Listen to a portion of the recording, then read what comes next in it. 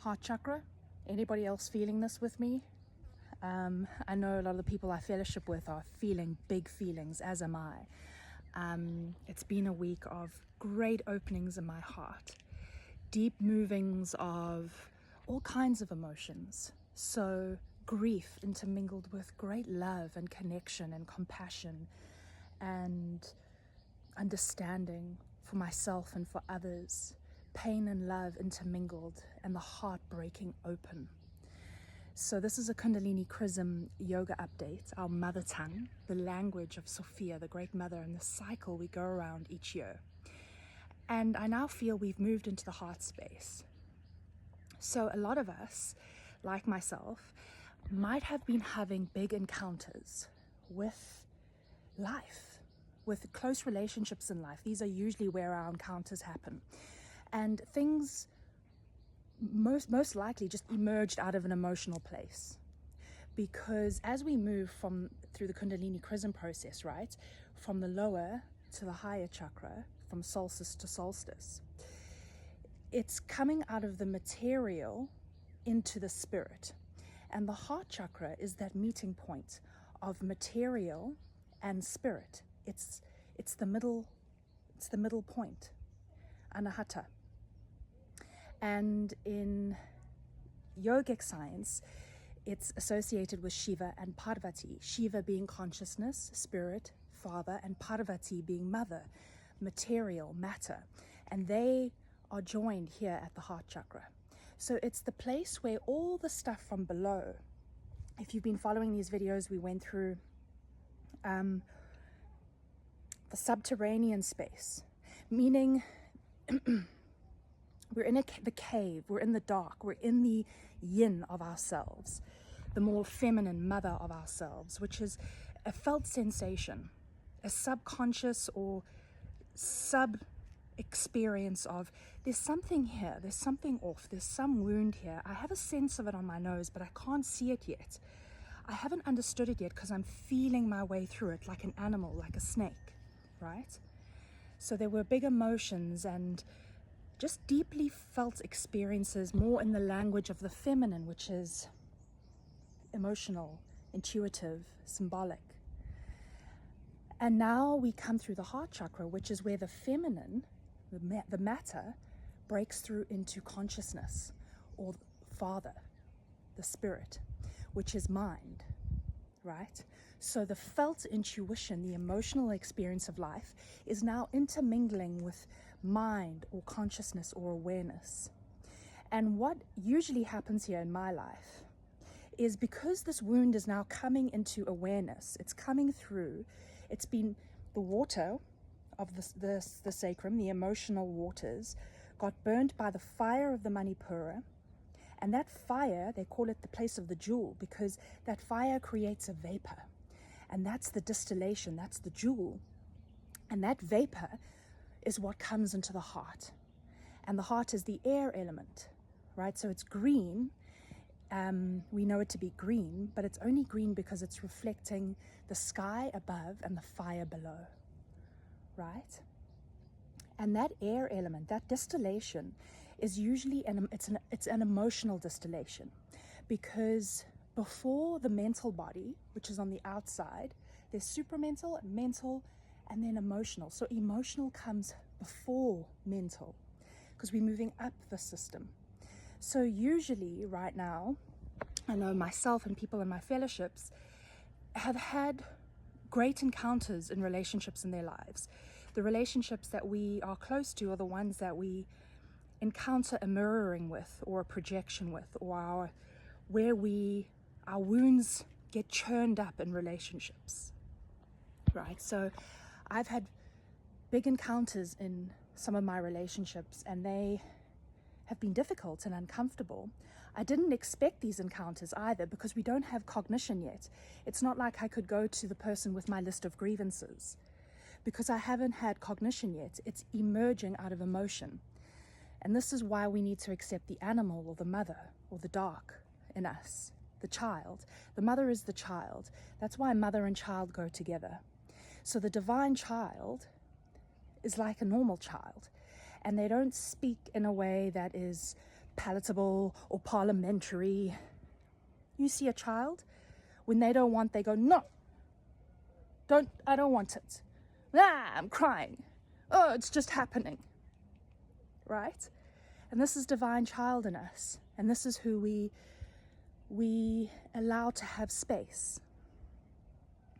So it's the filthiness. I've done a video before on Lilith and Eve. Lilith was made out of filth and dust, and Eve was only made out of dust. And Lilith was, exiled from the garden because she wouldn't bow.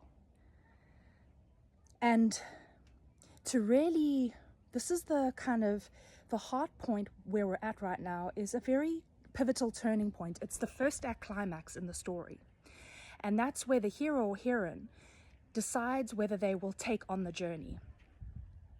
So we've had the calling from the beginning of the story, the call to adventure, the sensation, the subterranean thing, right? Just there.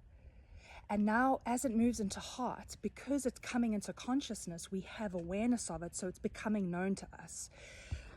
The wound has become known to us. The wound of, because the story is the wound. So let's remember this. In every hero's journey, every cycle we go through, we are going on an external journey, but only because we are going on an internal one. And we are journeying, stepping out into something that will challenge a wound and integrate a wound.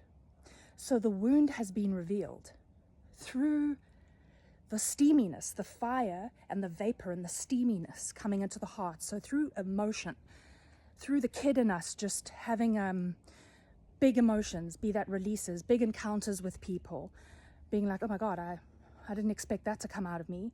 It wasn't exactly perfect, but it needed to be said. And I'm not going to moralize that part of myself. So a lot of people with the Eve complex, where you have to appear in a certain way and don't give space to that divine child within to be in the freedom of messy emotions, messy things that need to emerge. This is often where suppression will happen, right? Because now the serpent, remember the egg has been fertilized. The oil comes down, fertilizes the inner cosmic egg, and now we traverse, it grows up again. And at the heart point, it wants to break into the light. And even the Anahata chakra looks like an upward triangle and a downward triangle, as above, so below, right? This is the heart. Now, if we suppress these emotions, deny what's come up, whatever's emerged in your life in terms of the drama of your life, we're in a play, so some drama has emerged, some encounter. If we deny that, explain it away, suppress it, the serpent, who's now that wants to move up into the pineal, right? We're carrying the chrism up. We're carrying the divine child up. If we deny or double down on our bullshit and won't look at ourselves at this moment, that serpent will go with the downward triangle back into tamas, or the lower three chakras, of staying in the holding pattern, staying in that loop of the wound. Choosing not to become more conscious of the wound. Choosing not to say, oh, I see now what I'm doing. I see now what I'm doing. I've had great revelation about myself. And it's difficult to admit that, right? No, we don't like admitting this to ourselves, but there's this, because it's the journey with the mother and her language, we are given, it's the right moment for it. And although it's difficult, that we have everything we need to feel it, and there's ample compassion for ourselves. Ample compassion for a part of ourselves that we haven't seen before, but now we see. Compassion for ourselves, for how we might be relating in the world, or what things we might be choosing for ourselves in the world, and now going, whoa, I think it's emerged, the jewel has emerged, the vapor of the jewel has come up to say, hello, I love you and you're beautiful, and this life is a journey. So there's no judgment, but can we move with the upward triangle and ground it into the material and take it further into the higher chakras? The upward triangle is bhakti, which is devotion to the higher self, devotion, right? So it's a difficult one because I know that a lot of people are uncomfortable with their feelings. But the only way into the fullness of the chrism opening into the crown, is through the feelings. And it's always at this heart point where the feeling and the felt subterranean stuff comes up into the heart space to be felt. All the myriad of feelings that come with the heart. And this is why I love that the Mother Mary and Yeshua, it's the Sacred Heart and it's bleeding. It's bleeding, or there's a knife in the Sacred Heart. Because this is the point where we open into the truth of ourselves, the Christ in ourselves. The heart is the place of the divine self, the seat of the divine self, or the Atma. Atman. Your truest self sits here. And it's the one that is, it's this feeling of feeling all the pain of life and the letdown and the suffering, but also deep love and reverence and gratitude and connection and unity and compassion.